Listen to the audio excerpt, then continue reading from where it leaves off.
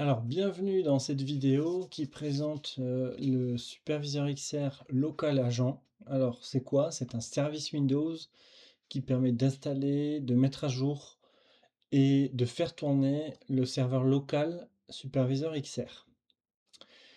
Donc, l'idée de ce projet, c'est de rendre l'expérience d'installation la plus simple possible pour les utilisateurs, qu'ils aient pas à avoir affaire à des fenêtres de commande, des choses comme ça.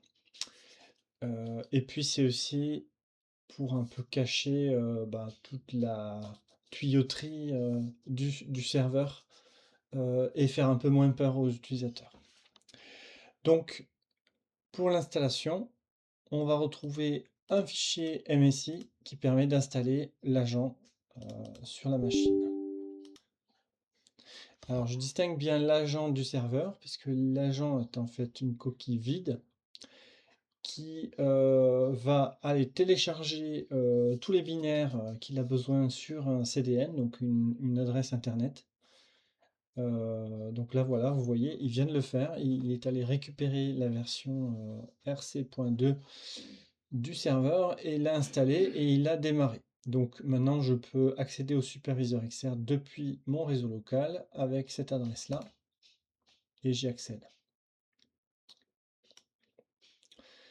Je peux également arrêter le serveur ici, le démarrer, le redémarrer et afficher les logs si besoin.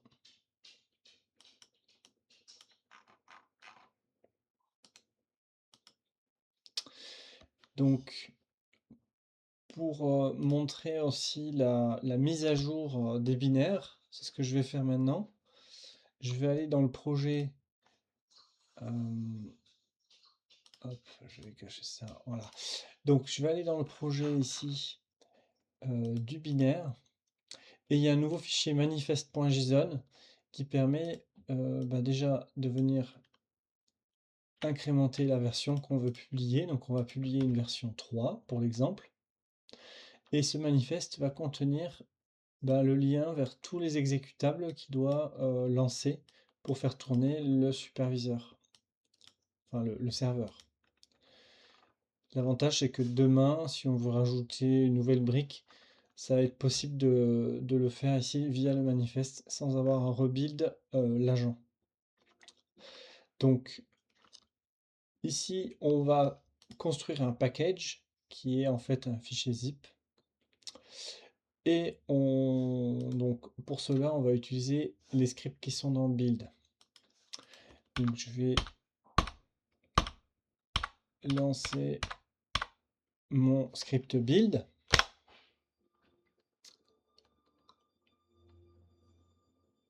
Donc il vient de me créer un nouveau fichier zip que je vais retrouver dans programme data,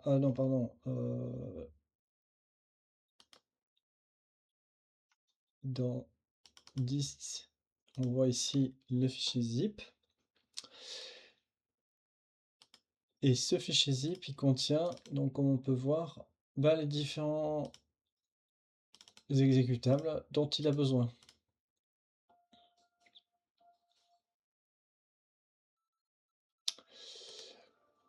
Je vais donc pouvoir déployer ce zip avec publish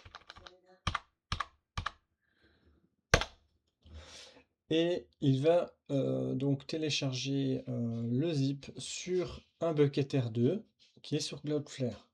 Donc ici dans Cloudflare,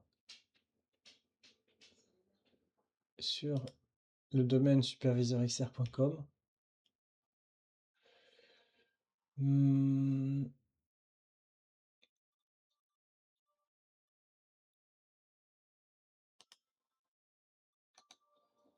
alors normalement j'ai un truc qui s'appelle calcul.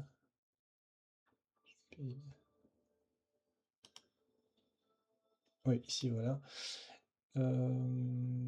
Stockage. Et là, j'ai mes buckets. Je peux aller sur Supervisor XR. Et donc dans le dossier serveur, vu que j'ai lancé donc mon script de publication, je vais retrouver en fait mon fichier update à jour. Donc on peut voir qu'il a rajouté la version 3. Et dans les binaires, on peut voir aussi qu'il y a le package du zip, enfin le zip avec la version 3. Je retourne dans mon serveur, je vais donc, là si je le ferme, en fait il reste en arrière-plan, hein. C'est un service Windows qui démarre au lancement de la machine.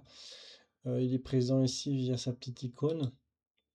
Et quand je clique droit dessus, je vais pouvoir quitter l'agent et le relancer.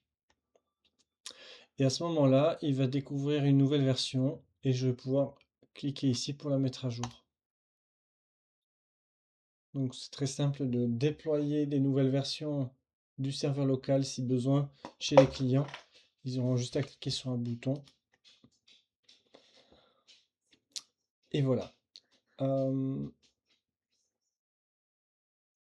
Je crois que c'est tout. Enfin, il y a encore plein de trucs à expliquer, mais ça s'occupe aussi de venir écrire dans le fichier host pour venir modifier là, le superviseur.local pour pouvoir accéder depuis la machine où il est installé à la page web.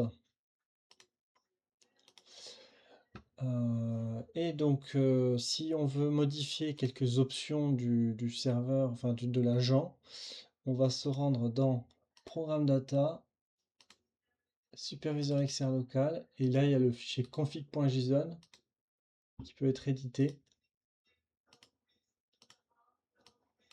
Voilà. Et donc ici on va retrouver l'adresse du CDN, l'adresse du JSON qui sert de référence pour savoir quelles sont les versions qui sont en ligne. Donc ici, je suis dessus. Ça permet aussi de régler par exemple la fréquence de recherche des mises à jour. Donc là, toutes les 60 minutes, il va regarder s'il n'y a pas une nouvelle version, par exemple la version 4. Et dans ce cas, il va nous indiquer qu'elle est disponible, et etc., quoi. Ça, c'est les petits paramètres. Mais la fenêtre ici, elle est volontairement la plus simple possible, justement pour éviter d'avoir trop de perdre l'utilisateur. Et donc, on va retrouver un peu pour la technique ici dans Programme Data, dans le dossier serveur, on va retrouver les différentes versions installées qui sont exécutées. Voilà.